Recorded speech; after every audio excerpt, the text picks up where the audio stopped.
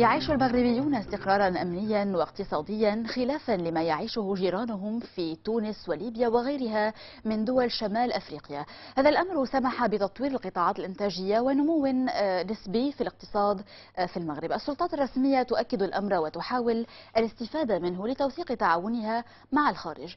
في حوارنا الاقتصادي اليوم نستعرض واقع القطاعات الإنتاجية والعلاقات التجارية وغيرها من المواضيع مع الدكتور نوح الهرموزي، أستاذ الاقتصاد ومدير المركز العلمي للأبحاث الإنسانية في المغرب. أهلا بك دكتور نوح. شكرا على دعوتك. بداية، هل يمكن القول إن اقتصاد المغرب بصحة جيدة، أم إنه يبدو كذلك فقط بالمقارنة مع غيره من دول شمال أفريقيا التي تعيش للأسف وسط اضطرابات أمنية واقتصادية؟ بطبيعة الحال تؤكد معظم المؤشرات من مراكز المراقبة والدراسات الدولية أن الاقتصاد المغربي يتمتع بصحة نوعا ما جيدة بالنظر إلى المعطيات الاقتصاد الكلي أو الاقتصاد الشمولي المايكرو إيكونومي. فبالتالي يمكن أن نقول بأن وموضوعيا بطبيعة الحال أن الاقتصاد المغربي تجنب العواصف التي هزت اقتصاديات المنطقة، ويمكن أن يعتبر نوعا ما جزيرة هادئة في بحر يتسم بعدم الاستقرار في المنطقة العربية عامة ومنطقة شمال إفريقيا خاصة. طيب، وكالة موديز للتصنيف الائتماني أبقت تصنيفها السيادي للاقتصاد المغربي في خانة سلبي.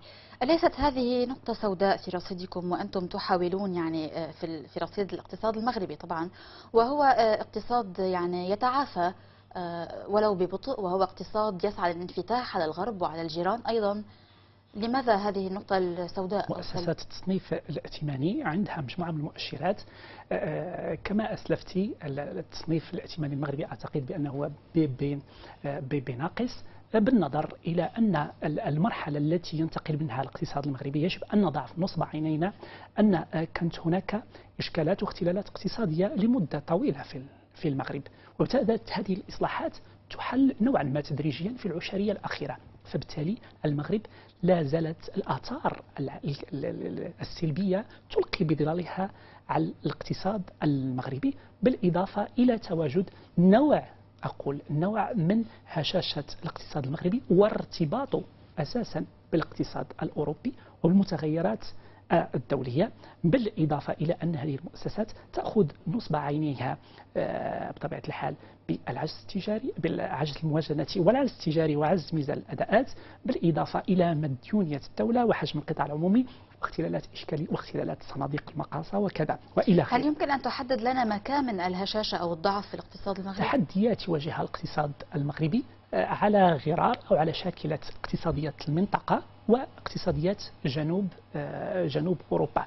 من ضمن التحديات التي يواجهها المغرب هو خفض عجز الموازنات، بحيث أن السنوات الفارطة كان هناك عجز في ميزانيات الدولة مرتفع نوعا ما، يصل ما بين 6 و7% حسب الأرقام، بالإضافة إلى أن حجم الدين العمومي المغربي بيبقى نوعا ما مرتفع، لا يمكن أن يقارن تقريبا هو 62% من الناتج المحلي على الإجمالي، 62 أو 60% من المديونية، بالإضافة إلى أن ولكن لماذا هذا التفاوت في الأرقام؟ أليس هناك من دقة في تحديد حجم الدين؟ هذه الأرقام فيما يتعلق كل ما يتعلق بالأرقام ليست علوما حقة أو دقيقة، هناك مقاربات والأرقام تختلف من زوايا المؤسسات ما بين البنك الدولي وصندوق النقد الدولي، هناك اختلاف في الأرقام. فعلى كل احنا بنحكي على الأرقام بصفة عامة مع هامش للخطأ، مع هامش تقريبي للخطأ. فبالتالي بيبقى أن الاقتصاد المغربي هو في طور التعافي، ولا يرقى بطبيعة الحال هو الاقتصاد الأمريكي أو اقتصاد الدول الاسكندنافية إلى آخره، يبقى اقتصاد نوعا ما في طور النمو وفي مصاف الدول الناشئة التي تحاول أن تحقق قفزات نوعية في الآونة الأخيرة. هذا لا يعني أنه وصل إلى مرحلة اقتصاد متقدم ذو بنيان وهيكل اقتصادية قوية ومتينة جدا. طيب، في الواقع المغرب كانت تسعى إلى تحويل الرباط إلى أهم مركز مالي في شمال أفريقيا. هل المقومات موجودة وسط هذه المشكلات أو الثغرات التي تحدثت عنها في المغرب؟ هل هذا أمر سهل التحقيق في المدى المنظور؟ أعتقد بأن في المدى المتوسط وحتى المدى القصير، لأن بعض الإصلاحات الهيكلية بدأت تعطي أكلها، ويمكن أن نرى على على خلاف ما تؤكده موديز أو ستاندرد أند بورز أن المغرب وجه أول مستقطب للاستثمارات الخارجية في افريقيا الشماليه، والخامس على صعيد افريقيا، فصار قبله كبيره جدا للمستثمرين الذين يريدون الاستفاده اولا من الموقع الاستراتيجي للمغرب، ثانيا من الاستقرار السياسي والاجتماعي داخل المغرب، وثالثا يحاولون يستفيدون من البنيه التحتيه التي عملت السلطات المغربيه على تطويرها خلال العشرية الأخيرة. فيبقى المغرب نوعا ما وجهة مفضلة لدى عدد من الرساميل أو المستثمرين الأمريكيين الأوروبيين، وأيضا بلدان الخليج العربي. كما قلت هذه أمور بتأخذ وقت، لأن الحركات التكتونية الاقتصادية حركات لا تتغير بين عشية وضحاها، ولكنها ديناميكيات تعطي أكلها في المدى المتوسط والمدى البعيد. ولكن مسألة تحويلها إلى مركز مالي تستوجب على ما أعتقد نظام مصرفي أيضا ونظام مالي خاص، تستوجب تسهيلات مالية معينة، تستوجب ربما شروط مخفف أو شروط مسهلة للاستثمار. هل المغرب مستعد للقيام بهذه الأمور على غرار ما قام به في الإصلاحات الأخيرة؟ ما فيش شك لكي يكون البلد قبلة أو وجهة مالية يجب تذليل عدد من العقبات، والمغرب يحاول أن ينخرط في إطار إصلاح نظام الاستثمار ومحاولة تثمين تنافسية القطاع المغربي. وهذا أيضا هناك دخول ما يسمى بالقطاع المصرفي أو الصيرفة الإسلامية مؤخرا إلى المغرب، والمغرب يحاول أن يتجه تدريجيا. بطبيعة الحال هناك بعض الصعوبات، هناك بعض البطء في بعض الأحيان بالنظر إلى الإكراهات الداخلية والخارجية، ولكن ما هي هذه الإكراهات؟ أنا كما أسلفت في البداية أن الاختلالات التي تراكمت بالخصوص منذ خروج المستعمر إلى بداية التسعينات، هذه كلها أمور لا يمكن إصلاحها في بين عشية وضحاها. كل هذه الاختلالات يلزمها سنوات لتغيير البنى أو الهيكل العظمي الاقتصادي. بطبيعة الحال بيلزمنا عشرات السنين لتصفية هذه الأمور وإصلاحها تدريجيا. فبالتالي يجب على المغرب أن يستمر في إصلاح الفضاء الاستثماري، في إصلاح المنظومة الضريبية، وهي مشاريع ينخرط فيها المغرب، في إصلاح أيضا مناخ المنافسة ومناخ الأعمال والاستثمار، مما سيؤهله إذا خطى خطوات شجاعة في هذا الصدد من أن يصير قبلة لكبار المستثمرين، وأن يصير فضاء للاستثمارات الكبرى. حتى اليوم ما الذي فعلته الحكومة، ويمكن القول بين مزدوجين أنها نجحت في فعله لجذب الاستثمارات الأجنبية الأوروبية أو حتى الأمريكية أو حتى الشرق آسيوية أيضا، وما الذي يجب أن تفعله في الفترة المقبلة؟ الحكومة المغربية أو الدولة المغربية كما أسلفت هناك مجموعة من المشاريع، فتحت مشاريع إصلاحية لتحسين البيئة الاستثمارية، والمؤشرات والورد ايكونوميك فورم يضع المغرب القبلة الأكثر تنافسية والأكثر استقطابا للاستثمارات، وخير دليل الاستثمارات الأمريكية، خير دليل الاستثمارات الكندية والاستثمارات الفرنسية إلى آخره، بالإضافة إلى المحاولات في الآونة الأخيرة لإصلاح المنظومة القضائية اللي هي عماد بناء الدولة. فلا يستقيم حال الدولة دون استقامة المنظومة القضائية. فكانت هناك محاولات يجب تشجيعها، تثمينها، عدم تبخيسها وعدم السقوط في تبجيلها. هناك خطوات يجب أن تتخذ، من ضمنها أساسا هذه الورشة الكبرى ألا وهي ورشة القضاء أولا، وثانيا تبسيط المساطر وتنقية إذا جاز الأمر أو إصلاح فضاء الاستثمار في المغرب. هناك ما يسمى بالشباك الوحيد، مجموعة من الإجراءات التي أخذت، ولكن يبقى العمل أساسي وضروري في هذا الاتجاه لتحسين مناخ الأعمال ومناخ الاستثمار وتثمين تواجد الشركات والقطاع الخاص داخل المغرب. نعم، أسألك سؤال فقط للتأكد. هناك معلومات قرأناها في بعض وسائل الإعلام المغربية، ونرجو أن تصحح لنا هذه المعلومات في حال كانت ملتبسة بعض الشيء. يقال أن الاستثمارات الأجنبية تراجعت بأكثر من 60% منذ شباط فبراير 2013 حتى شباط فبراير الماضي، يعني خلال عام حصل تراجع بنسبة 60% بالاستثمارات الأجنبية التي يعني المحللون عزوا هذا الأمر إلى عدم وجود شروط مناسبة وعدم وجود أرباح كافية للمستثمرين الأجانب لتشجيع هؤلاء المستثمرين.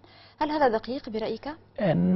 ما أعرف مصادر هذه الأرقام، ولكن الملاحظة للعشرية الأخيرة أو ال5 سنوات الأخيرة تؤكد أن هناك استقطاب كبير للاستثمارات الخارجية التي كما قلت تستفيد من وضعية الاستقرار سواء السياسي والاجتماعي ومن الإصلاحات الهيكلية التي باشرها المغرب. هذا الكلام كما قلت لا أعرف يعني مصدره، ولكن يبقى المغرب قبلة للمستثمرين، وما زيارة العاهل القطري مؤخرا إلا تأكيد.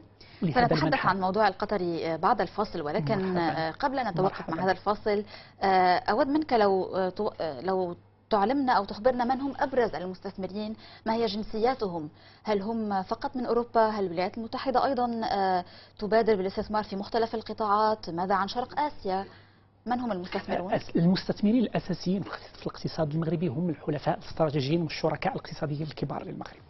فرنسا في يعني الدور الأول أو في المقام الأول، نجد أيضا استثمارات كبرى من إسبانيا، بالإضافة إلى استثمار عدد من الدول الخليجية وأمريكا بالموازاة، بالإضافة إلى استثمارات من آسيا واستثمارات من أمريكا الشمالية أي كندا.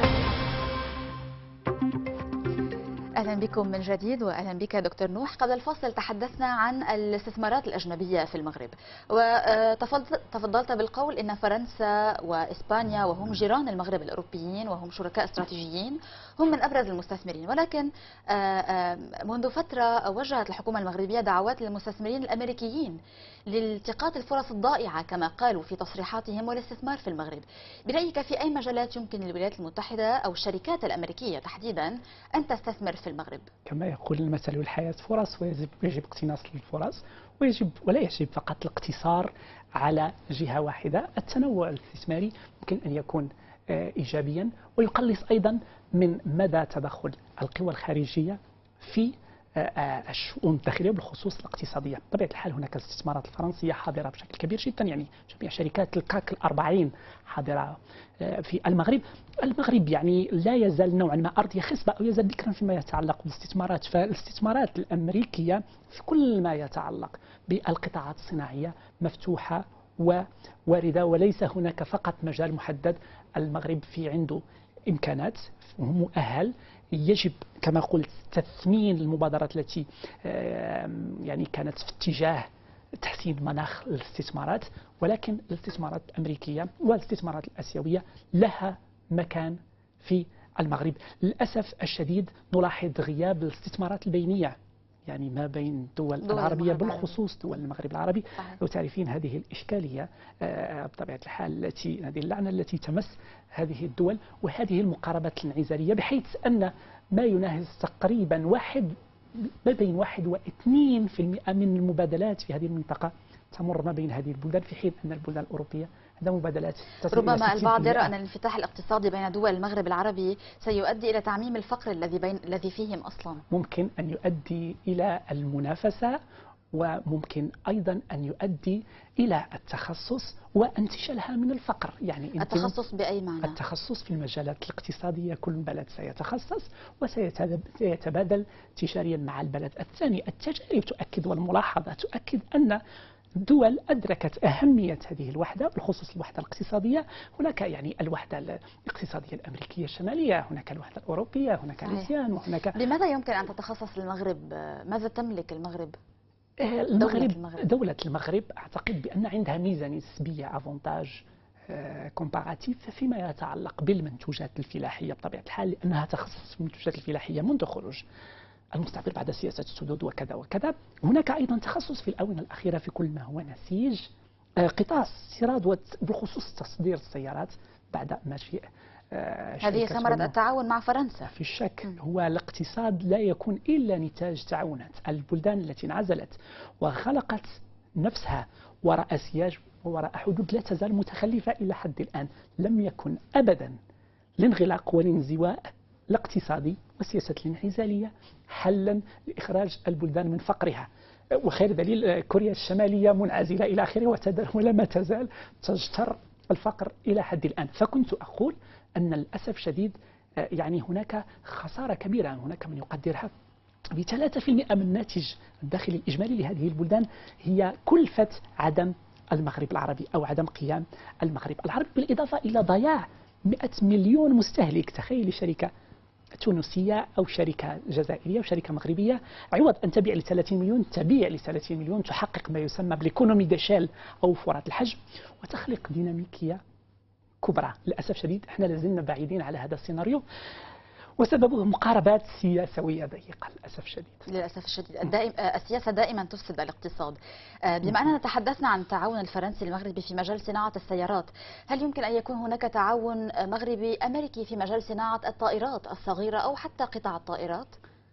هناك المغرب صار يتخصص يعني في الآونة الأخيرة في قطع غيار الطائرات، وبالخصوص مع شركة بومباردييه الكندية.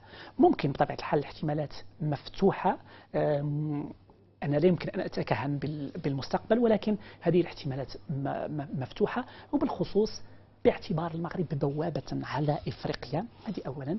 كلفة اليد العاملة نوعا ما الرخيصة، سهولة نوعا ما والتشجيعات التي تقدم للمستثمرين. ولكن يبقى بأن المغرب صار يتخصص مؤخرا تدريجيا ويصدر هذه قطع الغيار لكبريات الشركات العالمية وبالخصوص شركة بومباردييه. طيب، ماذا عن الثروات النفطية أو الثروات الطبيعية لنقل الموجودة في المغرب؟ ونعلم أن هناك يعني كان مساعي للتنقيب عن النفط والغاز، وأيضا هناك كلام عن وجود مخزونات هائلة من اليورانيوم في المغرب. ما دقة هذا الكلام وأين أصبحت المساعي الحكومية في هذا المجال؟ المعلومات لا زالت غير دقيقة في هذا الصدد. إذا كنا نتكلم على الثروات الطبيعية، بطبيعة الحال المغرب عنده ثروات فلاحية بالإضافة إلى ثروات سمكية، بالإضافة إلى ما يصدره المغرب بشكل كبير جدا ولا هو الفوسفات. بطبيعة الحال هناك يعني كلام منذ سنين على تواجد الفوسفات أم عدمه، على تواجد البترول والغاز الطبيعي في المغرب منذ سنين. هذه الأمور حتى الآن لم تخرج أرقام رسمية مانعة واضحة في هذا الصدد. هناك من يحكي على ما يسمى بالغاز دو شيست، شيل غاز، وهناك بحث عليه إلى آخره، وإمكانية استخراجه بالنظر إلى ارتفاع أثمنة النفط الدولية، فبالتالي بيصير استخراجه مربح. ولكن نبقى حتى الآن في مرحلة التكهنات وليست هناك أرقام دقيقة في هذا الصدد. ويمكن أن أقول أنه لحسن الحظ أن ليس لدينا لاحظت أنك تحاول أن تبعد المغرب عن لعنة النفط والبترول. ما في شك لأن للأسف الشديد يعني ممكن أن نلاحظ أن الجيران أصيبوا بهذه اللعنة. إذا نزلنا أسفل إفريقيا، الدول يعني الكاكاو والشوكولاتة في الكوت ديفوار ومجموعة في نيجيريا واليورانيوم والنفط وكذا إلى آخره. مالي أصيبت بهذه اللعنة أيضا، فكانت نتاج الحرب الأهلية إلى آخره، بدون ما أحكي على الدول الخليجية وكيف أثر سلبا على ديناميكيتها الاقتصادية وعلى تنوعها وعلى نموها. لنفترض أن المغرب اكتشف أن هذه المخزونات النفطية أو مخزونات اليورانيوم موجودة لديه، وهذه ثروة بالفعل، وهذه يعني قد تكون نعمة وقد تكون نقمة. ماذا يجب أن يفعل المغرب أو أن تفعل الحكومة تحديدا لتجنيب البلاد أي صراعات محتملة وللاستفادة وحسن الاستثمار لهذه الثروة؟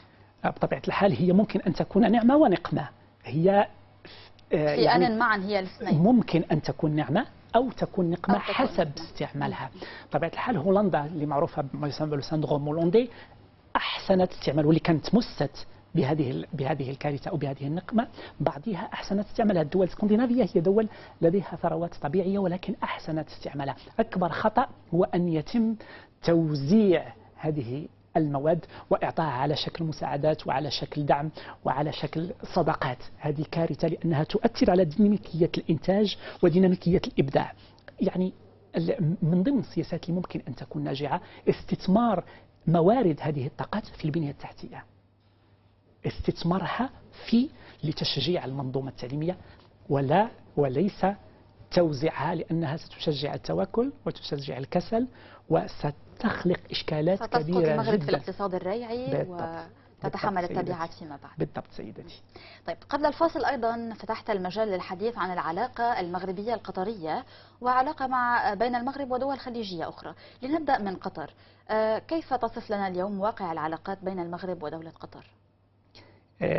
بطبيعة الحال في المجال الاقتصادي هناك علاقات إيجابية جدا ما بين المغرب وقطر، وتؤكدها زيارة العاهل القطري مؤخرا إلى المغرب، والتي تكللت باستثمارات وبشراكات، توقيع شراكات اقتصادية كبرى رابح للطرف المغربي وللطرف القطري الذي يستثمر في مجموعة من القطاعات، قطاع البناء، قطاع السياحة، وأيضا باعتبار المغرب بوابة ومدخل إلى إفريقيا. فالعلاقات لا يمكن إلا تثمينها وتشجيع هذا النوع من المبادرات.